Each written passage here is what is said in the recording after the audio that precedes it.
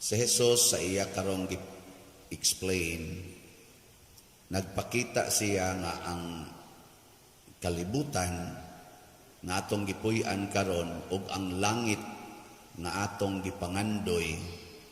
Aw nangandoy ba mo og langit? Kinsa dinhi ang nangandoy og impierno ta sa kamot? Hawa. So kining kalibutan nga karon atong gipuy-an ug ang langit nga atong gipangandoy, mura ni sila og two opposite ends. Opposite sila ba? Ang ilang mga standards murag nag-atbang. Ang dinhis kalibutan, ang pobre, igabot dito, dato. Ang naghilak, igabot dito, katawa. Ang nagsubo, abot dito, malipay. Ang gidaog-daog, igabot dito, zaman, purong-purungan sa Kurunas Pasidungog. Ang gipatay dinhi, igabot dito, buhi hangtod sa kahangturan. Mao na nga niingos Kristo, bulahan mo kung gigutom, bulahan mo kung nagsubo, naghilak, bulahan mo kung gidaog-daog mo, bulahan mo kung gilutos o gipamatay mo. Pero gibutangan sa niya diri ikaduha, alaot kamong mga dato.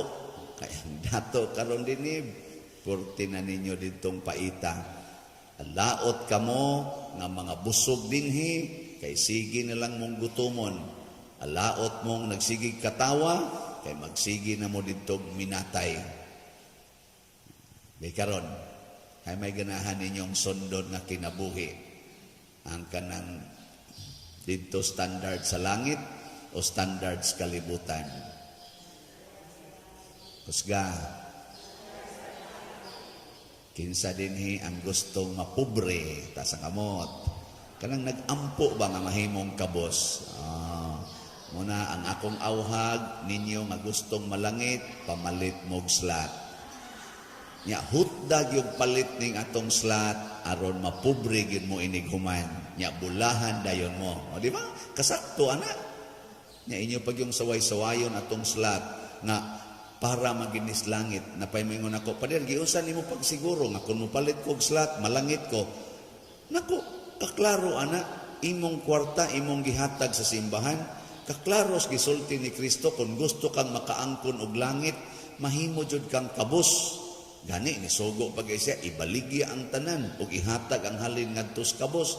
Nya ang ato marong parokya mo ikabos kay di man ta katukod aning atong kumbinto nga atong gikinahanglan kaayo kung wa say mo palit og slat.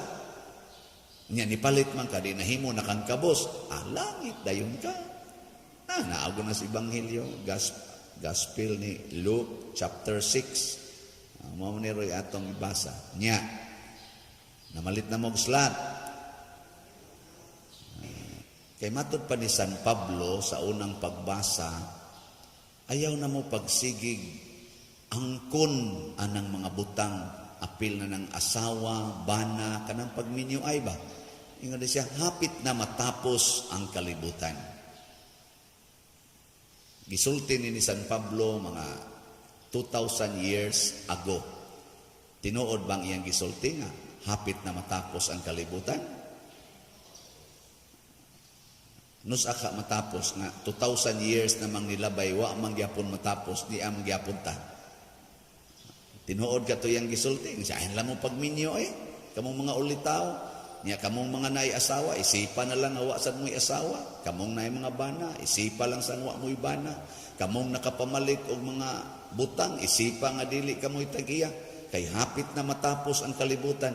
Niya 2,000 years naman lang ang miagi, wa man gyud matapos. Sakto ka to siya o namakak? Sige, sakto. Pero di takhibaw nganong nasakto, no? Nganong nasakto man? Ang una, ang aktual nga nahitabo sa mga magtutuo nga ilang gi-organize, mga sugod yun ang mga year mga 40s or year 50s or 50, gilutos og namiya na sila sa ilang mga balay, wa na sila'y balay, wa na sila'y kwarta, gipanglutos o gipangpatay, wa na sila'y mga bana, wa na sila'y mga asawa kay gipangpatay. Sa ilang konteksto sa una, sa pagsulti aning San Pablo, mao na tong panahon nga gilutos sila, nawa ng ilang katigayunan, ilang mga balay, nawa na. Natuma na ang giingon ni Kristo diri, bulahan kamo kung lutuson, daog-daogon, butang-butangan sa tanang matang sa kadautan tungod kanako. Gipangbitay sila, gipangsunog nga buhi, gipakaon sa mga leon. Ana, mao to yung hitabo nila. So sa ilang konteksto sa una, nakaingon gyud sila, nahitabo gyud ang gisulti ni San Pablo.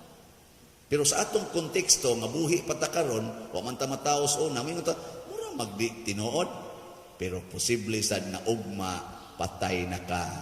Di ba? O di matinuod na sad, mingon sa ka tinuod gid ay oy, nisimba pa man ni ganiha, karon patay naman. Hapit na gid ay matapos ang kalibutan. Sige, ingna na imong tupad. Ingna, hapit na matapos ang imong kalibutan. Sige, ingna. Kaya ang inyo bang mga naong diya, mga tiwasono na sad kayo, para sa ako. Gaduwag tenis, namatay, giatake dito sa pamtang gaduwa. Naasay bisikleta, namatay, kay nabangga. Oh. So hapit na, di ay matapos ang atong kalibutan. Kay inig kamatay nato, wa na ta dinhis kalibutan, tapos na. Niya sa may kapuslanan anang sige kagkiha dito anang mga yuta, kanang siging pangangkon anang imong mga bahandi, di jud ka mo palit og slat kay para ra ginas imong buhok ug imong kilay ug sa imong pasiksi, sa imong mga sinina nga gipamalit porti na ng daghana mga sapatos, sandals, aron nindot katan-awon. Unya mamatay ra di kasunod adlaw para unsa man na siya, wa na nay kapuslanan. Pero imong gamiton ang tanan para sa pagdaig sa Ginoo, pagtabang sa mga kabos nga mo'y sugo os Ginoo, pagpalambo sa atong simbahan, pinaagig pagpamalit og slat. Congratulations! Kay ikaugma inig kamatay nimo, matod pa diri sa atong sana? Salmo? Saan atong salmo?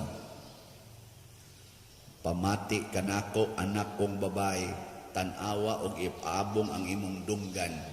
Unsa may giingon diri? Unsa man? Hikalimti ang imong lungsod ug ang balay sa imong amahan. Sa ingon gitinguha sa hari ang imong katahom, kay siya man ang imong Ginoo ug kinahanglan simbahon mo siya. Himuon tang asawa sa Ginoo didto sa langit. Adto na taniya to dayan-dayanan sa tinuod nga bahandi. Adto na dito ang tinuod nga katahom, adto na dito ang tinuod nga kalipay. Nindota no? Sige, katapusang lingi. Ingna, mupalit na kagslat. Ingna, wala ba dyan kayo palit-palit. Ang katusang nakapalit, ingna mo dugang pakagpalit. Tanawa, di ba? May muna, sure! Nagani ni palit karon nato o mga napo kaslats para aning mamamiri. Portigid niyang lipaya, pader nakapalit na gyud ko adto sang pagbaligya nimo adtong kuan pader katong tong para sa inyong anniversary kapalit sad ko ato nako kuya kapalit na sad kog dopes pader nako ndota gud nimo texting siya katapusan magtigom na sad ko pader kay mousab pa kog palit nako kana moy katoliko di mo undang og palit nga naman kahibaw man siya na sa sige niyang palit og slat para sa simbahan, ang iya sang kalipay og katagbawan nag-anam sa kanindot. Pero naadyo ko'y na lingawan, ni text na ko, pader mo palit yung kong slat. Na kung ano man, siya nga. Sa sige na kong palit og slat, pader, dagko na kaikog halin sa akong negosyo, nabayra na guna ko, hapitan na akong utang. Ingon na siya, nakukato days una siya, wa sa gyud ko kabayad, gapatong-patong na nun akong utang. Gusto mo makabayad sa utang, palit mo slat. Ana, kanilot ana. Nya katos ang usa, pader, salamat kayo kay nakapalit kog slat nimo. Karon stage 4 na ko sa cancer. Gitagalan na lang ko og mga usa ka buwan. Pero lipay kay ko pader nga nagpaabot sa akong katapusan kay kahibaw ko na ay sumpay didto sa langit. Salamat gyud sa imong slat kay nakasabot ko unsa diining kamatayon ug unsay sunod sa kamatayon. Oh, di palit mong slat aron di na mo mahadlok anang kamatayon. Kay daghang kay na stress tungod ana. Di ba? Gina nindog na ta.